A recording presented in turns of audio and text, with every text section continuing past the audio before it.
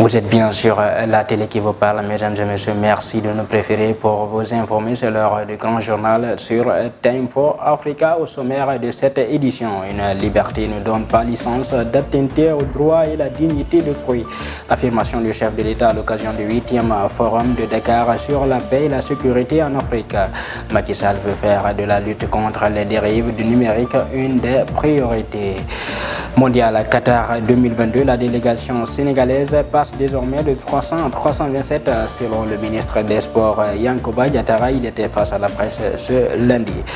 Et puis une présentation préalable du projet de loi de règlement pour l'exercice budgétaire de l'année 2022 avant l'examen et le vote du projet de loi des finances pour l'année 2023. C'est l'exigence faite par les députés de la coalition Yewwi Askan Wi ce lundi en conférence de presse. L'actualité internationale et la base sportive mettre fin à tout ceci. Bonsoir, bienvenue à tous. Mesdames et messieurs, pour démarrer, le Sénégal intègre le club restreint des pays exportateurs de gaz à partir de ce mardi selon Financial Afrique. Il sera membre du Gas Exporting Countries Forum, l'organisation des pays exportateurs appelée aussi l'OPEP du gaz. Le Sénégal sera d'abord observateur avant de devenir membre de plein droit à partir de 2023 quand le projet GTA va sortir les premiers mètres cubes des entrailles de l'océan.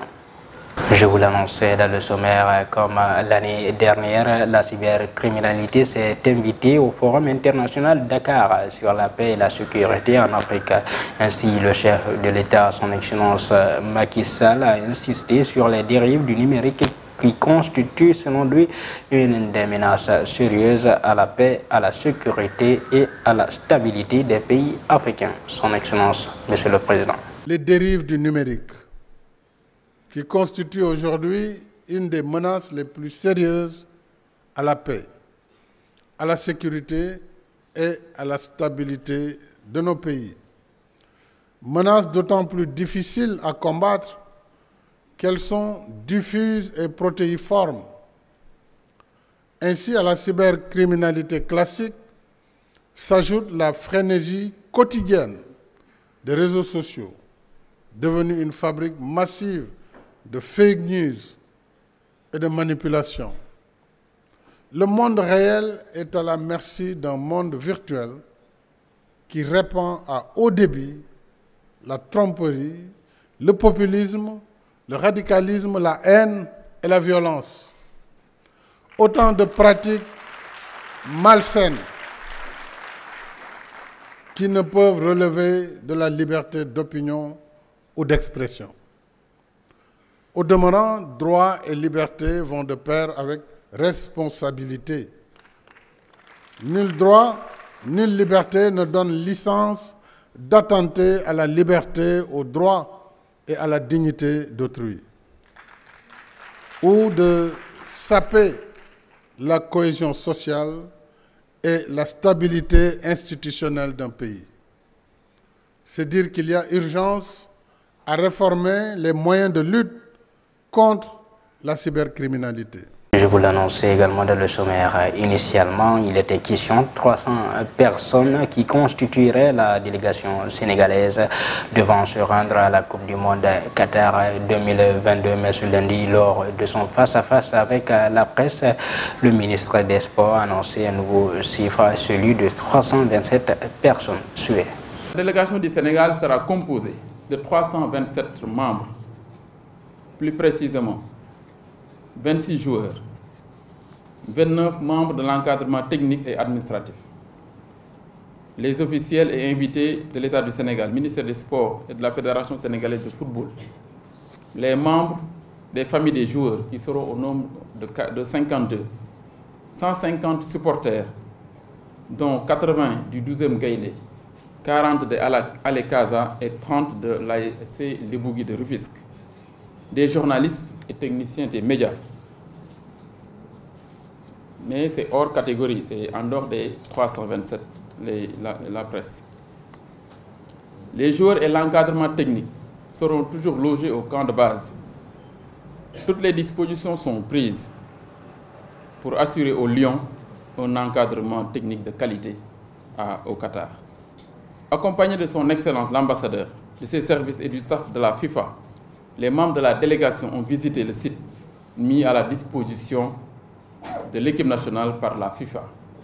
Il y sera mis à la disposition de l'équipe nationale le staff technique, l'encadrement administratif de la délégation du terrain d'entraînement en gazon naturel, 60 chambres, une grande salle pour les rencontres des joueurs et visiteurs, des salles utilitaires, salles de réunion, cuisine et autres. Le secteur de la santé sera polarisé dans les jours à venir. En effet, Mballo Thiam et ses camarades syndicalistes ne comptent pas déposer les armes dans leur combat contre l'État du Sénégal. Une grève de 48 heures est annoncée les 25 et 26 octobre en jonction avec les collectivités territoriales avec respect des usances et du service minimum. Ainsi, les professionnels de la santé et syndicats prévoient une marche nationale à Matam le jeudi prochain pour se faire entendre. Je vous l'ai annoncé dans le sommaire, les députés du groupe parlementaire Yewwi Askan Wi se sont exprimés ce lundi en conférence de presse sur l'article 48 de la loi organique numéro 2020-07 des lois de finances. Ils demandent une présentation préalable du projet de loi de règlement pour l'exercice 2022 avant l'examen et le vote du projet de loi des finances de l'année 2023.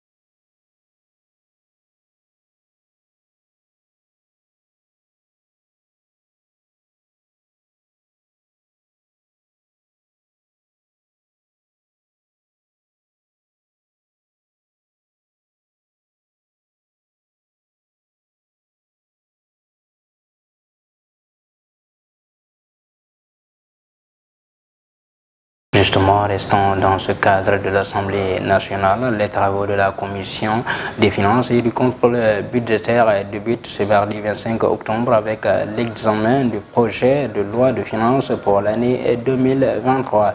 Les travaux se poursuivront jusqu'au samedi 12 novembre. Et conformément au règlement intérieur de l'Assemblée nationale, ces travaux ne sont pas ouverts à la presse. Les séances plénières se dérouleront après les travaux des commissions et seront ouvertes à la presse à l'occasion de la session budgétaire. L'opposition, elle, continue, n'est-ce pas, se tourner en vue de conquérir la confiance des citoyens sénégalais. Après le Nemmeeku Tour du leader de PASTEF, Ousmane Sonko, désormais place au Kaay Mbok de Diété Fall. Les explications de la rédaction. L'opposition affûte ses armes en vue de l'élection présidentielle 2024. Ousmane Sonko est à Mbour depuis une semaine dans le cadre d'une tournée dénommée Nemmeeku Tour, dont l'objectif est de parcourir toutes les régions du Sénégal. C'est au tour de son allié dans la coalition Yewwi Askan Wi, Diété Fall, de lancer un périple vers la diaspora sénégalaise. Dans le cadre de l'opération Kaay Mbok, initiée depuis quelques semaines, je serai en tournée dans la diaspora à partir de demain 26 octobre jusqu'au 13 novembre dans les villes suivantes: Casablanca, Fès au Maroc, Brescia en Italie, Anvers en Belgique, Bordeaux, Dunkerque, Lille, Paris, Mantes-la-Jolie en France, Athènes en Grèce, Madrid, Palma de Mallorca en Espagne, informe-t-il. Un prélude à l'annonce d'une prochaine candidature à la présidentielle, évidemment, sur Jeune Afrique. Le 6 septembre dernier, le mandataire national de Yewwi Askan Wi n'excluait rien. Beaucoup de personnes se mobilisent pour que je pose ma candidature, répond l'ancien numéro 2 d'Idrissa Seck. C'est une question qui est à l'étude. Je ne tarderai pas à rendre ma décision publique.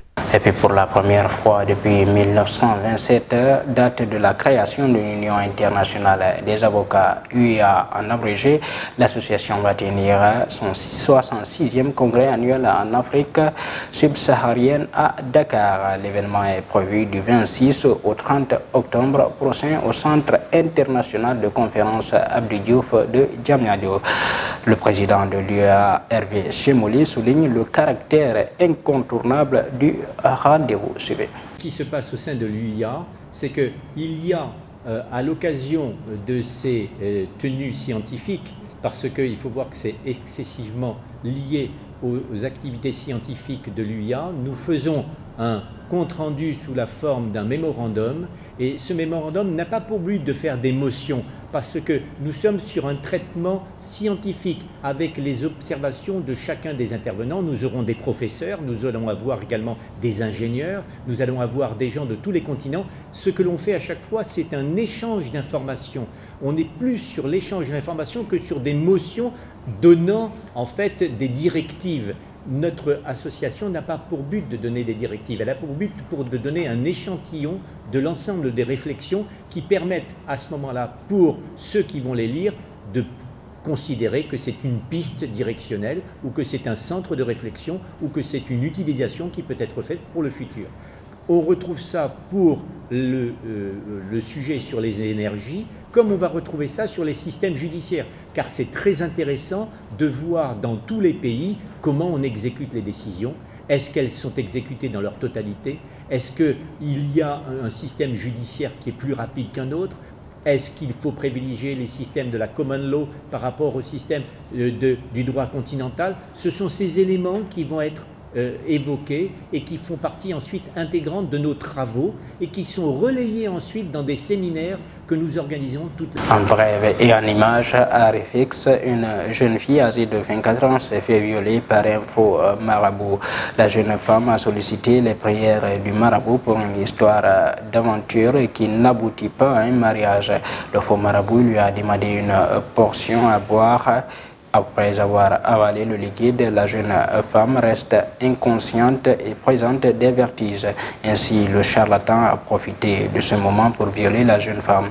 Arrêté et placé en garde à vue, le faux marabout reconnaît les atoussements mais déclare qu'il n'a pas eu de relations sexuelles avec la jeune femme. Voilà qui met fin à cette actualité nationale. À présent, place à l'actualité internationale. Manifestation au Tchad. La communauté d'Afrique centrale se retrouve à Kinshasa. Et puis en Italie, Giorgia Meloni présente le programme de son gouvernement devant le Parlement italien. Et puis pour terminer, Royaume-Uni, Rishi Sunak attendu au tournant face à une situation économique critique. Les détails avec Yaharagé. Nous démarrons l'actualité internationale alors que le Tchad se récupère de la répression meurtrière des manifestations à Kinshasa, accueille mardi 25 octobre un sommet de la communauté économique des États de l'Afrique centrale sur la situation politique dans le pays. 11 pays seront représentés à ces assises présidentielles convoquées par Félix Tshisekedi, actuel président de l'organisation. Alors que N'Djamena veut obtenir le soutien de la CEEAC, celle-ci cherche surtout à désigner un médiateur pour la crise. Après son entrée en fonction, la nouvelle première ministre italienne présente ce mardi 25 octobre aux députés le programme de la coalition de droite composé des Fratelli d'Italia, de la Ligue et de Forza d'Italia.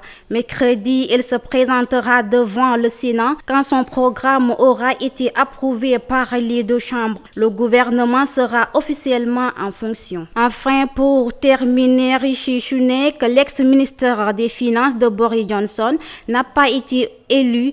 Il a été choisi lundi 24 octobre par les députés britanniques pour succéder à Liz Truss, 4 jours seulement après sa démission face à une situation économique compliquée. Les Britanniques espèrent qu'il pourra redresser la barre. C'était tout pour l'actualité internationale. Merci Yahara pour cette actualité internationale. À présent, place à la page sportive équipe nationale du Sénégal dans le cadre du dernier réglage avant le coup d'envoi de la phase finale de la Coupe du Monde Qatar 2022. Le ministre Yankhoba Diattara fait quelques annonces. Et puis la Liga espagnole, Unai Emery quitte officiellement Nicolas Jackson et Villarreal pour Aston Villa. Et puis ce soir, c'est le retour de la plus grande compétition de clubs au monde, la Ligue des Champions. Ce soir, c'est le coup d'envoi de la 5e journée des phases de groupe. Pendake.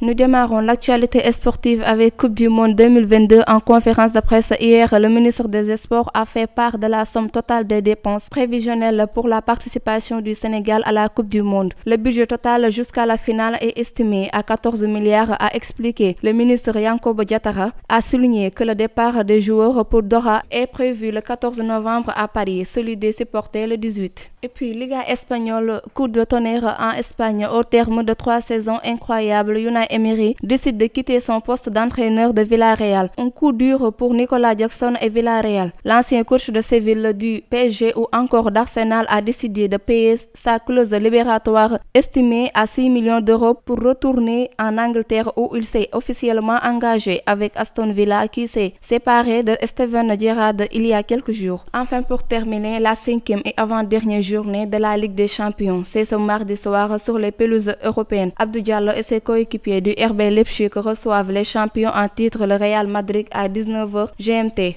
Dans le même groupe, le Celtic reçoit Shakhtar Donetsk. Les Parisiens, eux, ils reçoivent au Parc des Princes les Israéliens de Maccabi Haïfa, tandis que la Juventus, elle tentera de se racheter face au Benfica à Lisbonne. C'était tout pour l'actualité sportive. Merci Penda pour cette actualité sportive. Mesdames et messieurs, voilà qui m'a fait à cette édition d'information. Merci de l'avoir suivi. Restez en compagnie des programmes de la Time for Africa, les meilleurs.